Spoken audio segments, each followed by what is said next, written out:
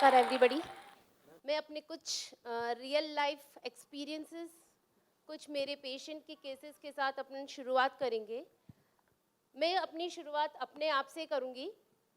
मैं डॉक्टर शिखा अपने 5 भाई बहन में सबसे शैतान, सबसे बदमाश, एक जगह टिक नहीं सकती थी, फुल मस्ती। क्या करना है, क्या होना है, कुछ भी नहीं पता, कुछ भी प्लान नहीं। और जब ऐसा करेंगे तो सबको पता है क्या होना है, फेल। ओ, ये बहुत शर्म वाली बात हो गई।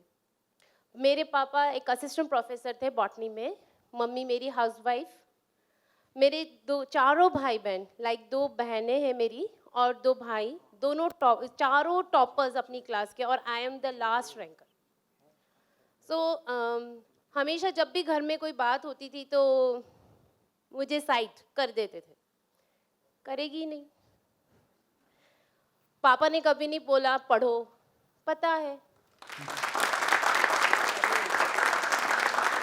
तो देन धीरे धीरे ये चीज़ समझ में आने लग गई कि क्या हो रहा है। और मैंने अपनी शुरुआत करी जब मैं 9th स्टैंडर्ड में फेल हो गई। हमेशा मम्मी हेल्प करती थी मेरी, बेचारी के इंग्लिश के वर्ड्स हिंदी में लिख के याद करवाती थी, बट 9th में मम्मी का कोई भी काम नहीं आया और मैं फेल हो गई और रिजल्ट लेने पापा चले गए। मतलब एक्चुअली मेरे पापा मेरे लिए एक बहुत इम्पॉर्टेंट थे और रहेंगे। कभी डांटते नहीं थे, कभी बोलते नहीं थे, इवन मेरी कॉपीज़ भी चेक नहीं करते थे। लेकिन जब कॉलेज स्कूल में गए और जो मेरे पापा के क्योंकि प्रोफेसर थे और हमारी जो प्रिंसिपल्स और टीचर्स थे वो मेरे पापा की स्टूडेंट्स थी और बहुत रिस्पेक्ट और रिगार्ड था उनको। तो वो चाहते थे कि भाई सर आप एक काम करिए, शिखा को निकालो और दूसरे स्कूल में एडमिशन करवा दो ताकि उसका 1 साल बच जाए। पर मेरे पापा का एक ही डायलॉग, नहीं, वो रिपीट करेगी। वो बोल के आ गए, वो ज़्यादा बोलते नहीं थे, बोले, घर आ गए और मुझे कुछ भी नहीं कहा। ठीक है, छुट्टियां ख़त्म हो गई, धक धक धक धक शुरू हो गई कि भैया 9th स्टैंडर्ड में बैठना पड़ेगा, छोटे बच्चों के बीच में बैठना पड़ेगा। थोड़ी सी लंबी थी दूसरे बच्चों से तो बाय गॉड पीछे भी खड़ा रहना पड़ेगा। और फिर सबसे ज़्यादा शर्म की बात कि टीचर्स जो मुझे सोचते थे कि यार सोनी साहब की बेटी है, अच्छी पढ़ती होगी, पता चला हाँ फेल हो गई और लाइन में खड़ी हुई। तो मुझे अंदर से एहसास हुआ कि भैया अब कुछ कर लो, अच्छा नहीं है। और 9th स्टैंडर्ड की वो जो सोच है कि पापा का एडमिशन कराने का रीज़न ही यही था कि जब तक अंदर से आप फील नहीं करोगे, गिल्टी फील नहीं करोगे, या आपको ये एहसास नहीं होगा कि यार अब मुझे मेहनत करनी चाहिए, तब तक हम शुरुआत नहीं करते। हम सोचते हो जाएगा, कर लेंगे, और वो होता नहीं है। एक लेवल के बाद में आके हम स्टक हो जाते हैं और वही टाइम है हमें अपना स्टार्ट लेने का। Then I started little, not much, भैया पास हो जाओ, और स्टार्ट किया। तब तक मुझे आइडिया नहीं था कि मुझे एक प्रॉब्लम है, मैं डिस्लेक्सिक हूँ, लाइक तारे ज़मीन पे सबने देखी है ना। और आज भी मुझे बड़ी ही प्रॉब्लम होती है स्पेलिंग्स लर्न करने में, लिखने में, आइदर इंग्लिश और हिंदी। ये जो बीच बीच में वर्ड्स बोलती हूँ मेरी आदत हो गई है। Actually I am a professor, assistant professor, तो मैं इंग्लिश बोलने की अब थोड़ी मुझे प्रैक्टिस हो गई। बाकी मुझे डिस्लेक्सिक हूँ, स्पेलिंग्स की बहुत मुश्किल होती थी। ADHD, एक जगह टिक नहीं सकती। ADHD means attention deficient hyper active. Attention deficient, concentrate नहीं कर पाती थी। हाइपर एक्टिविटी की वजह से एक जगह बैठ के पढ़ नहीं पाती थी। तो बहुत सारी प्रॉब्लम्स हमारी लाइफ में चलती रहती है और मेरी लाइफ में भी चल रही थी। आगे बढ़े, पढ़ना शुरू किया, थोड़ा थोड़ा पढ़ा, और सबसे एक झटका जिसको बोलते हैं, 10th बोर्ड के एग्ज़ाम चल रहे थे मेरे, और मेरी दीदी 12th स्टैंडर्ड में थी। उसके 12th बोर्ड के एग्ज़ाम में जो टीचर्स मेरे पापा की बड़ी अच्छी स्टूडेंट्स थी, उन्होंने मेरी दीदी को पूरी क्लास के सामने डांट दिया कि तुम अपनी सिस्टर को पढ़ाती नहीं हो, उसका केयर नहीं करती हो, और बहुत सारी कुछ कहा उसको। उसका 12th board science student, science bio थी, बहुत प्रेशर में आ गई। और उसने रास्ते में घर पे आते हुए मुझे एक डायलॉग बोला, आज तक उसको मैंने नहीं भूला, लेकिन मैंने उसको कभी भी नेगेटिव से नहीं लिया। उसने मुझे कहा कि एक्चुअली हमारा घर स्वरूप सागर लेक के बिल्कुल अपोजिट है। तो उसे एक डायलॉग बोला, दादाजी ने घर बनाया इसलिए है तालाब के सामने, तुम उसमें जंप कर दो, क्योंकि तुम्हारी वजह से रोज मेरी इंसल्ट होती है, मुझे डांट पड़ती है। तब मैंने डिसाइड किया अब बहुत हो गया, हमें आगे बढ़ना है, मुझे आगे बढ़ना और कुछ करना है। और उस समय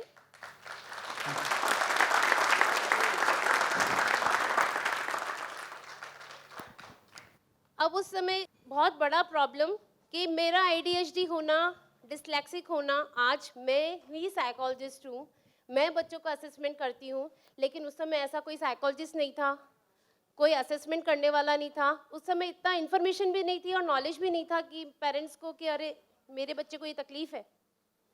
ठीक है, आगे बढ़े और मैंने उसका एक सॉल्यूशन निकाला।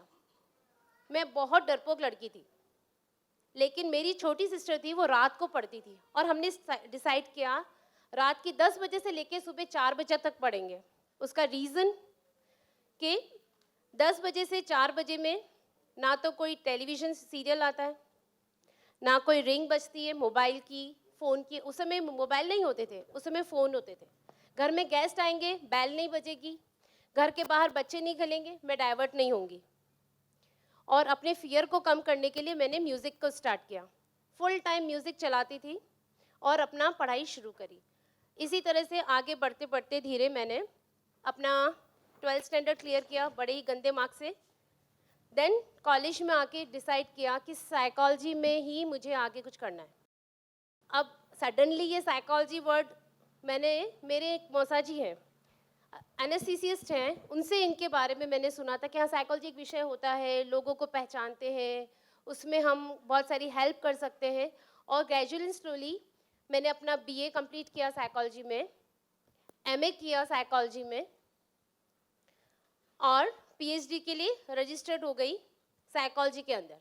रजिस्ट्रेशन के टाइम मेरे पापा के एक फ्रेंड है, बड़े ही अच्छे फ्रेंड है उनके, VC हैं, वो VC थे, रिटायर्ड हो गए, और उन्होंने काउंसल किया कि बेटा क्या करोगे PhD करके, B.Ed कर लो, गवर्नमेंट जॉब दिलाने में हम तुम्हारी हेल्प कर लेंगे। बट मेरा लक्ष्य, मेरा गोल बिल्कुल फाइनल था कि मैं को साइकोलॉजिस्ट ही बनना है, चाहे कुछ भी हो जाए, और अपनी मेहनत करना है, शर्म नहीं करना है लोग क्या बोलते हैं। क्योंकि उस समय जब मैंने साइकोलॉजी लिया, लोग सोचते थे साइकोलॉजिस्ट मीन्स फेस रीडर्स, और बिठा लेते थे, बताओ हमारे दिमाग में क्या चल रहा है, हम क्या सोच रहे हैं। और आज भी साइकोलॉजिस्ट को इतना इजीली नहीं लेते हैं लोग। समटाइम्स लोग बोलते हैं अरे ये वही है ना IQ टेस्टर्स, IQ टेस्ट करते हैं। बट जब हम आगे बढ़ते हैं तो बहुत सारी प्रॉब्लम्स आएंगी और हमें उसको सॉर्ट आउट करना है, अपनी प्रॉब्लम्स को सॉल्व करना है, अपना प्रॉब्लम सॉल्विंग एटीट्यूड बनाना है। जब मैं आगे बढ़ी आगे तो सारी प्रॉब्लम आई लैंग्वेज का, सारी बुक्स इंग्लिश में, अब क्या करेंगे। तो मेरी सिस्टर छोटी, उसको मैं ब्राइब देती थी, तू आइसक्रीम, मैं तेको आइसक्रीम खिलाऊंगी, प्लीज़ मेरी ये बुक का ट्रांसलेशन कर दे, चॉकलेट दूंगी ट्रांसलेशन कर दे, और वो करती थी। फिर जब कॉलेज के बाहर आगे हम गए तो मेरी जूनियर को मैं हेल्प लेती थी कि यार तू मेरा ट्रांसलेशन कर देना। तो हमें शर्म नहीं करना है, अपनी कमज़ोरियों को एक्सेप्ट करो, कमज़ोरियाँ हैं, एक्सेप्ट करोगे तो ही उसका सॉल्यूशन मिलेगा, उसका सॉल्यूशन मिलेगा तो हम अपने लक्ष्य की ओर पहुंचेंगे जो हमने अपने दिमाग में डिसाइड किया हुआ है।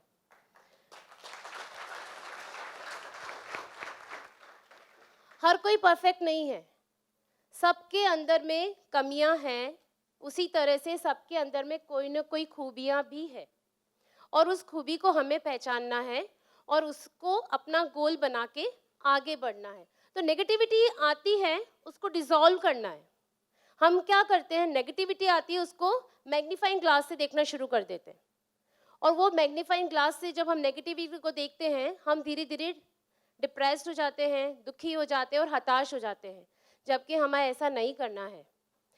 प्रॉब्लम्स आई, सॉल्यूशन ढूंढो और आगे बढ़ो। और उसमें सबसे बड़ी प्रॉब्लम मेरी लाइफ में आई कि जब मैंने साइकोलॉजिस्ट की राह में आगे बढ़ी और government medical college MB hospital यहाँ पे ज्वाइन किया, और somehow because of some reasons मुझे उसको छोड़ना पड़ा। उस समय मेरी बड़ी बिटिया का जन्म हो चुका था, तो मेरी बहुत सारी प्लानिंग्स थी कि अब ये करेंगे वो करेंगे, बट सडनली जॉब छोड़ना पड़ा। अब क्या करें? देन वही ना, मैग्नीफाइंग ग्लास हमें यूज़ नहीं करना है अपनी प्रॉब्लम के लिए, हमारे को अपने लक्ष्य के ऊपर फोकस करना है। और मैंने एक विल टू लिव के नाम से अपना क्लिनिक स्टार्ट किया, और उसमें सबसे बड़ा सपोर्ट किया था हमारे एमबी हॉस्पिटल के जो डॉक्टर्स थे, उन्होंने। वो मुझे प्रैक्टिकल ट्रेनिंग के लिए हेल्प करते थे। उनको पता है, शी नोज़ द थियरीज, मुझे थियरी सारी पता है, बट कैसे उसको अप्लाई करना है वो मुझे प्रैक्टिकल नॉलेज। वो मुझे पेशेंट देखते थे कि आप इस पे काम करो और सीखो, और उसके लिए उन्होंने मुझे मोटिवेट किया। मैं निमांस बेंगलोर गई थी ऑब्जर्वरशिप के लिए, और वही लैंग्वेज इशू सॉल्व किया, जूनियर से ट्रांसलेट करवाती थी पूरा क्लास, और अपने लक्ष्य की तरफ आगे बढ़े। तो हमें आगे बढ़ते रहना, और उसमें सबसे ज़्यादा हेल्प करते हैं हमारी फैमिली और हमारे फ्रेंड्स। कई बार होता है ना कि ज़रा से दुखी हुए कोने में अकेले जाके बैठ जाते हैं, पर ये एटीट्यूड हमारा गलत होता है, ये हमारी प्रॉब्लम को सॉल्व नहीं करता, हमारी प्रॉब्लम्स को बढ़ा देता है। तो जब भी हमारे अंदर नेगेटिविटी आती है, प्रॉब्लम्स आती है, हमें डिस्कस करना है अपनी फैमिली के साथ में, अपने फ्रेंड्स के साथ में, और आगे बढ़ना है। और यही फ्रेंड्स हैं, वो कहते हैं ना कि दिल खोल देते यारों के साथ, नहीं खोलना पड़ता औजारों के साथ। नेगेटिविटी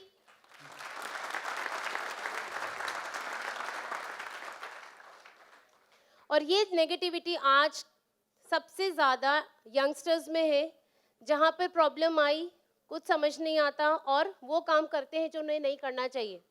तो सुसाइड जैसे अटेम्प्ट हो जाते हैं, कई लोग डिप्रेस हो जाते हैं, पढ़ाई छोड़ देते हैं। नहीं, अपने गोल्स पे फोकस रखो।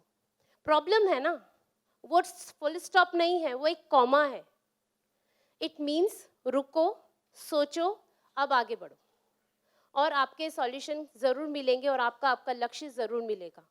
तो इसी तरह से आगे बढ़ना है। अब यहाँ पर क्या हो गया है, आजकल हम वर्चुअल दुनिया में जी रहे हैं। फेसबुक पे 500 फ्रेंड्स, रियल लाइफ में देखेंगे तो किसी के पास टाइम नहीं है। और ये जो टाइम की कमी है, ये हमारी प्रॉब्लम्स को और हमारी नेगेटिविटी को और बढ़ा देता है। तो हमें अपने फ्रेंड्स के साथ में, अपने फैमिली मेम्बर्स के साथ में अपना टाइम स्पेंड करना है, ताकि अपनी प्रॉब्लम्स को हम दूर कर सकें, वो खुशियाँ ला सके जो हम हकदार हैं। खुशियों को हमें महसूस करना है। कहते घूम लिया फिर लिया, लेकिन मज़ा नहीं आया। वो मज़ा कैसे आएगा जब तक कि आप उसको फील नहीं करोगे। तो फील करना है हर काम को, जिसको भी आप करना चाह रहे हो, आपको खुशी ज़रूर मिलेगी। कई बार छोटा बच्चा कहता है, आप कहीं घूम के लेके आए हो, पूछते क्या हुआ, बहुत मज़ा आया। क्या मज़ा आया? अरे हमने ये किया वो किया, कितना मज़ा आया। और वहीं पे आपसे पूछे क्या हुआ, अरे यार कुछ नहीं यार, गर्मी थी, परेशान हो गया। होता है, सबके साथ होता है। क्यों? हम कुछ सोच के नहीं जा रहे, हम बस चले गए। हमें हर चीज़ के लिए उस चीज़ को माइंडफुली सोचना है कि अगर मैं वहाँ जाऊँगा तो मैं क्या करने वाला हूँ, क्या होने वाला है। और अगर मस्ती के लिए जा रहे हैं, घूमो, आगे जाओ, आगे बढ़ो, अपने परिवार के साथ टाइम स्पेंड करो, जैसा मैं करती हूँ। कुछ भी हो जाए, सप्ताह में सैटरडे से रविवार के रात तक, मतलब शनिवार से रविवार, मेरे बच्चों का, मेरे परिवार का, और वही हमें करना है। चाहे आप एवरी वीक अपना टाइम निकालो, एवरी मंथ अपना टाइम निकालो, वो आपको डिसाइड करना है कि मेरे लिए क्या है। और इवन अगर आप चाहें तो आप डेली अपने लिए, अपने फैमिली के लिए टाइम निकाल सकते हो। 15 मिनट्स इनफ है, साथ में बैठ के खाना खाओ। किसी के पास टाइम नहीं है, आजकल क्या होता है, साथ में बैठते मोबाइल टिक टिक टिक टिक टिक। ये प्रॉब्लम्स को बढ़ाता है, क्योंकि हम अंदर अंदर घुट रहे हैं। हमें अपनी प्रॉब्लम्स को शेयर करना है। तो अपनी नेगेटिविटी को ख़त्म करना है, प्रॉब्लम को सॉल्व करना है, अपने गोल्स को अचीव करना है, और हर चीज़ को माइंडफुली जब हम करेंगे तो ऐसी कोई भी चीज़ नहीं है जो हम पा नहीं सकते हैं। और जो हमने पाया और जो मैंने पाया, एक उदयपुर की, राजस्थान की, शायद हम 5 साइकोलॉजिस्ट हैं जो यहाँ पे इस फील्ड में काम कर रहे हैं। सो अपने लक्ष्य को डिसाइड कर लीजिए और उसके ऊपर आगे बढ़िए। तो एक कोट है ना, रख हौसला वो मंजर भी आएगा, साहिल के पास चलकर समंदर भी आएगा, थक कर ना बैठे मंजिल के मुसाफिर, मंजिल भी मिलेगी और मिलने का मज़ा भी आएगा। Thank you so much. इस वीडियो के बारे में अपनी राय नीचे कमेंट सेक्शन में हमें बताएं और अपने दोस्तों के साथ ये वीडियो शेयर करना ना भूलें।